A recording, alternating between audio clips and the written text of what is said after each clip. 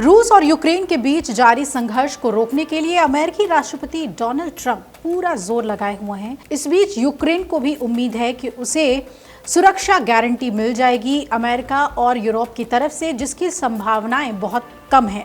इसी बीच एक बड़ी अपडेट ये आ रही है कि अमेरिका नहीं बल्कि कोई और देश है जो अहम भूमिका निभाएगा रूस यूक्रेन सीज फायर में। जी हाँ, खबर है कि यूक्रेन को उम्मीद है कि भारत इस संघर्ष को रुकवाने में अहम भूमिका अदा कर सकता है। आपको बता दें कि यूक्रेन के राष्ट्रपति वोलोदिमीर ज़ेलेंस्की के भारत आने की उम्मीद है।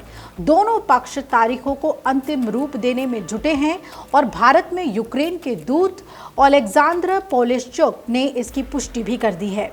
ये यात्रा पिछले साल की यात्रा के दौरान प्रधानमंत्री नरेंद्र मोदी द्वारा दिए गए निमंत्रण के बाद हो रही है।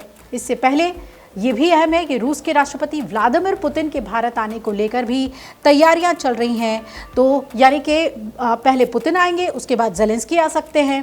पोलिशचुक ने रूस यूक्रेन संघर्ष को समाप्त करने में भारत से और अधिक सक्रिय भूमिका निभाने का आह्वान किया है। आपको याद होगा कि पीएम मोदी भी जब कीव गए थे तब भी ज़ेलेंस्की और उनकी जो मुलाकात थी बहुत ही आत्मीय मुलाकात थी और तब भी ये चर्चा उठी थी कि भारत इसमें अहम भूमिका निभाएगा। इस बात पर जोर दिया गया है कि कीव मॉस्को के साथ अपने दीर्घकालिक संबंधों के कारण संभावित शांति वार्ता में भारत को एक प्रमुख खिलाड़ी के रूप में देखता है, जबकि हम सभी जानते हैं कि ये कहा जा रहा है कि अमेरिका ने जो टैरिफ 50% का भारत पर लगाया है वो रूस यूक्रेन युद्ध की वजह से ही लगाया है।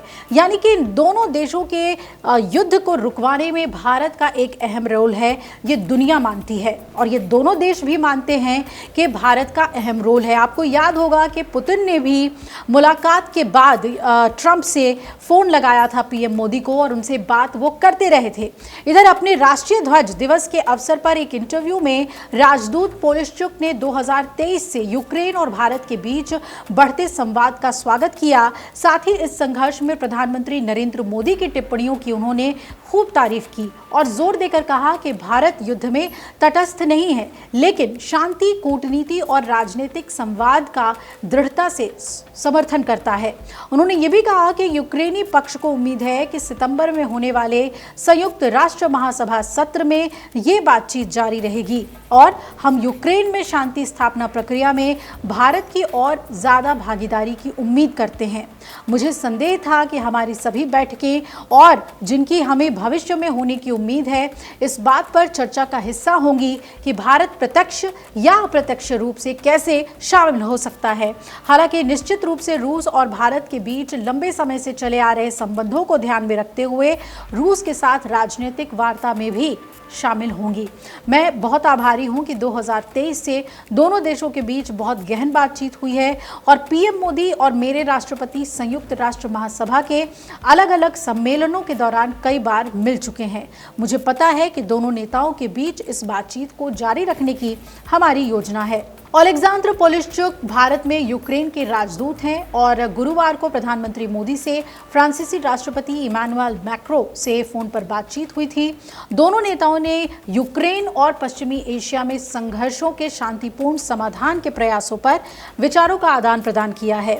वहीं आपको बता दें कि अलास्का में रूसी राष्ट्रपति व्लादिमीर पुतिन और अमेरिकी राष्ट्रपति डोनाल्ड ट्रंप के बीच जो बैठक हाल में हुई थी उसके बारे में पूछे जाने पर पोलिशचुक ने कहा कि यूक्रेन बातचीत के लिए प्रतिबद्ध है, लेकिन केवल अपनी पश्चिमी सहयोगियों के समर्थन और रूस की इच्छा पर निर्भर करता है।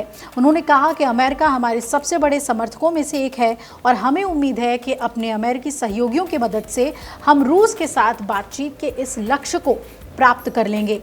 उन्होंने कहा कि ये रूस की इच्छा शक्ति पर निर्भर करेगा।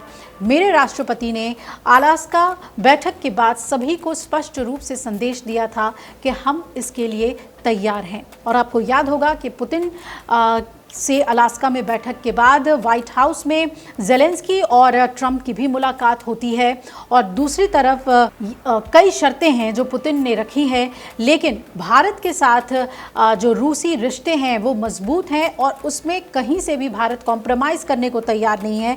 जो प्रेशर अमेरिका बना रहा है उसके बाद भी भारत अपने हितों की रक्षा करेगा। ये बात साफ तौर पर प्रधानमंत्री ने भी कई मंच पर कह दी है।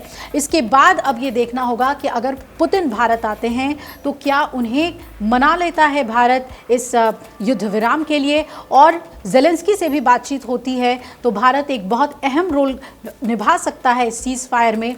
और अगर ये सीज़ फायर होता है तो शायद इस टैरिफ वॉर में भारत के लिए स्थितियां बेहतर हो जाए और ट्रंप भी उस दबाव की राजनीति भारत पर नहीं लागू कर पाएंगे जो वो इस वक्त रूस यूक्रेन युद्ध को रुकवाने के नाम पर टैरिफ लगाकर भारत के साथ कर रहे हैं। इस पर भी एक विराम लग जाएगा। देखना है कि पुतिन के बाद ज़ेलेंस्की कब भारत आते हैं। अगर आप ये वीडियो YouTube पर देख रहे हैं तो हमारे चैनल को सब्सक्राइब कर बेल आइकन दबाएं, और Facebook पर देख रहे हैं तो हमारे पेज को लाइक करें।